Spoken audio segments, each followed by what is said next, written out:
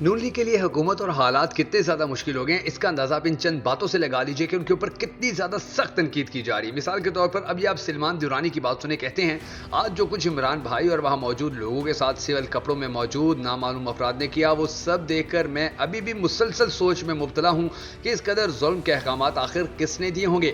آپ نے بزرگ وکیل اظہر صدیق صاحب کو تشدد کا نشانہ بنایا، عمران خان کے پروڈیوسر سر سمیت دیگر ٹیم ممبران اور صحافی دوستوں کو مارا، ان سے موبائل چھین لیے، ایک احرام میں لپٹے شخص کو گھسیٹتے ہوئے لے گئے جو گرفتاری کے بعد بھی لبیک اللہم لبیک کے نعرے بلند کر رہا تھا۔ آج تو واقعی ہر حد پار کر دی ہے۔ اب یہ عمران ریاض خان کے عدالت میں جذباتی دلائل سنے، کہتے ہیں جھوٹا پرچہ ہے، یہ پرچہ میرے اور میرے اللہ کے درمیان آیا ہے۔ حج پر جا رہا تھا، میرا زبردستی احرام اتروایا گیا، میرے دل پر زخم ہیں جو کبھی ٹھیک نہیں ہو سکتے، جتنا مرضی ماریں سچ کا ساتھ نہیں چھوڑ سکتا۔ ایسا نہیں ہوگا جو آپ کہیں وہ بولوں، ان کی بدماشی کی وجہ سے میری بیٹی ذہنی مریض بن گئی ہے، میرے گھر میں 50 پولیس والے گھس جاتے ہیں۔ ہرمیت سنگھ کی بات سنے، کہتے ہیں میرے لیے یہ بات تسلیم کرنا مشکل ہو رہا ہے کہ ایک مسلمان ملک کے مسلمان حکمرانوں نے ایک مسلمان صحافی کو اسلام کے بنیادی رکن حج کی ادائیگی سے اس وقت روکا ہے جب وہ حالت احرام میں تھا۔ جمال احمد کی بات سنے، کہتے ہیں بجٹ تقریر دیکھی، اعداد و شمار پڑے، ہر چیز مہنگی ہوگی، کھانا پکانے کی اشیاء مہنگی، شیمپو، صابن، ٹوتھ پیسٹ مہنگا، گھر بنانے کا سامان مہنگا۔ یہ عوام دوست بجٹ ہے تو عوام دشمن بجٹ کیسا ہوگا؟ صدیق جان کی بات سنے، کہتے ہیں مریم نواز کو مبارکباد، انہوں نے ایک مسلمان کو حج سے روک کر بہت اہم کام سر انجام دیا ہے۔ وزیر اعلیٰ پنجاب کی اجازت اور احکامات کے بغیر یہ ممکن نہیں تھا۔ راوری فلوی کی بات سنے، کہتے ہیں ہر آواز کو دبایا جا رہا ہے، ہر قانون توڑا جا رہا ہے، ہر سکینڈل پر پردہ ڈالا جا رہا ہے، ہر آزاد ہونے والے قیدی کو دوبارہ پکڑا جا رہا ہے، ہر میڈیم کو دبایا جا رہا ہے اور ہر چیخ کو خاموش کیا جا رہا ہے، لیکن ہم پاکستانی عوام اپنی بیڑیاں توڑ دیں گے اور کبھی ہتھیار نہیں ڈالیں گے۔ وقار ملک کی بات سنیں، کہتے ہیں پہلے اپنے لوگوں پر زمین تنگ کریں گے، ان کو اغوا اور تشدد کا نشانہ بنائیں گے، پھر اگر کوئی پاکستان سے زندہ بھاگنے میں کامیاب ہو جائے تو پاسپورٹ بلاک کر دیں گے۔ یقین مانیں ان سے تو ہٹلر بھی ٹیوشن مانگے گا۔ زرکا تیمور کی بات سنیں، کہتی ہیں اشرافیہ سارے مزے لوٹ رہی ہے، ان کی خوراک ڈالر ہے۔ سلمان اکرم راجہ کی بات سنیں، کہتے ہیں میں نے 30 سال میں یہ نہیں دیکھا کہ جس دن جج نے فیصلہ دینا ہو اس دن جج بولے کہ میں فیصلہ دینے سے قاصر ہوں۔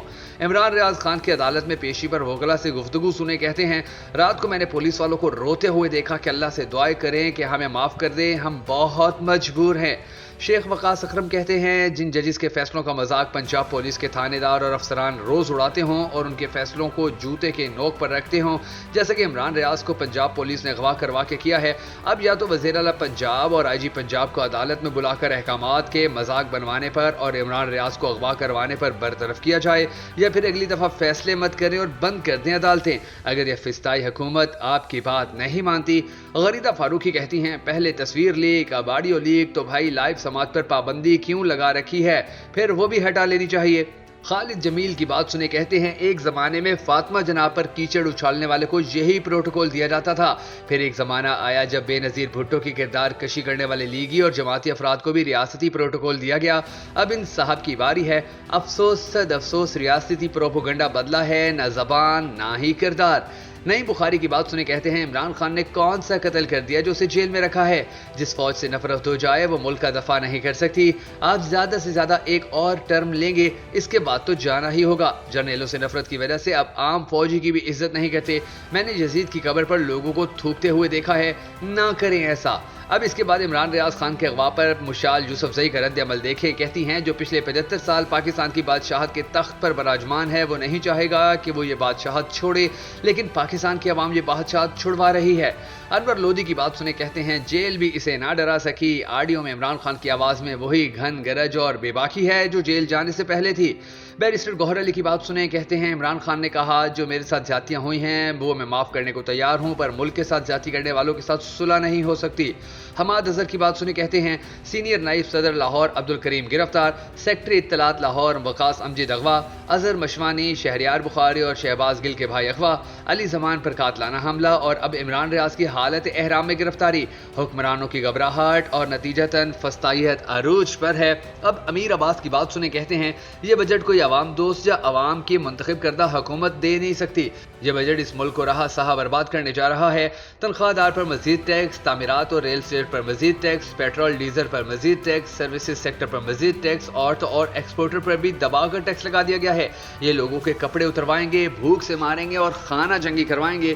حامد میر کہتے ہیں عدالت کی اجازت سے حج پر جانے والے کو روکنا دراصل اپنی طاقت کا نہیں، کمزوری کا اعتراف ہے۔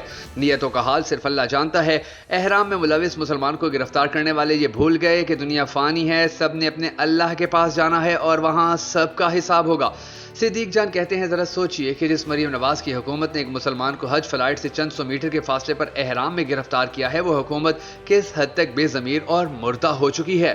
اور یہ مقبول جان کہتے ہیں احرام میں حرم میں داخل ہونے سے روکنا کفار مکہ کا فعل تھا، جنہوں نے صلح حدیبیہ پر رسول اکرم صلی اللہ علیہ وآلہ وسلم اور صحابہ کو روکا تھا۔ پھر یزید نے سیدنا امام حسین رضی اللہ تعالیٰ عنہ پر حالات ایسے کر دیے کہ انہوں نے حج کو عمروں میں بدلا اور کوفہ روانہ ہو گئے۔ شہباز شریف اور مریم نواز حکومت نے دونوں کی پیروی کی اور بدترین طریقے سے کی ہے۔ شیر افضل مروت کہتے ہیں میرے حلقے لکی مروت سے عوام نے قومی اسمبلی کے سامنے دھرنا دینا دیا ہے۔ لکی سیمنٹ نے 1993 سے 2024 تک CSR کی مد میں عوام کو ایک ڈھیلا تک نہیں دیا۔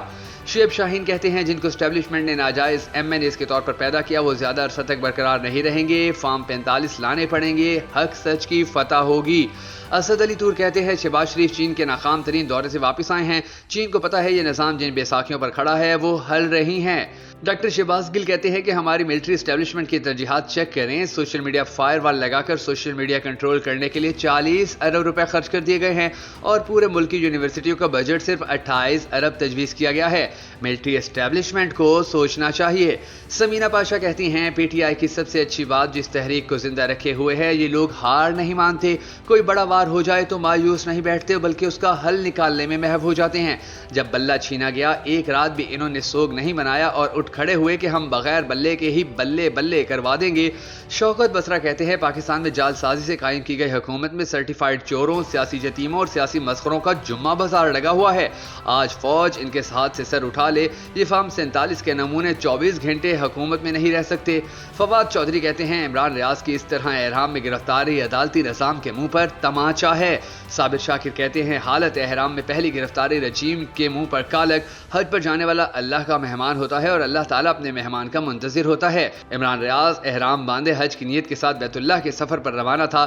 عمران بھائی کو گرفتار کرنے اور کرانے والے یقیناً اللہ کے قہر کے حقدار ہوں گے۔ یہ وہ معاملات چل رہے ناظرین گرامی جن کے بعد آپ کو اندازہ ہو جائے گا کہ نون لیگ کے لیے اس وقت حالات کتنے مشکل ہو چکے ہیں۔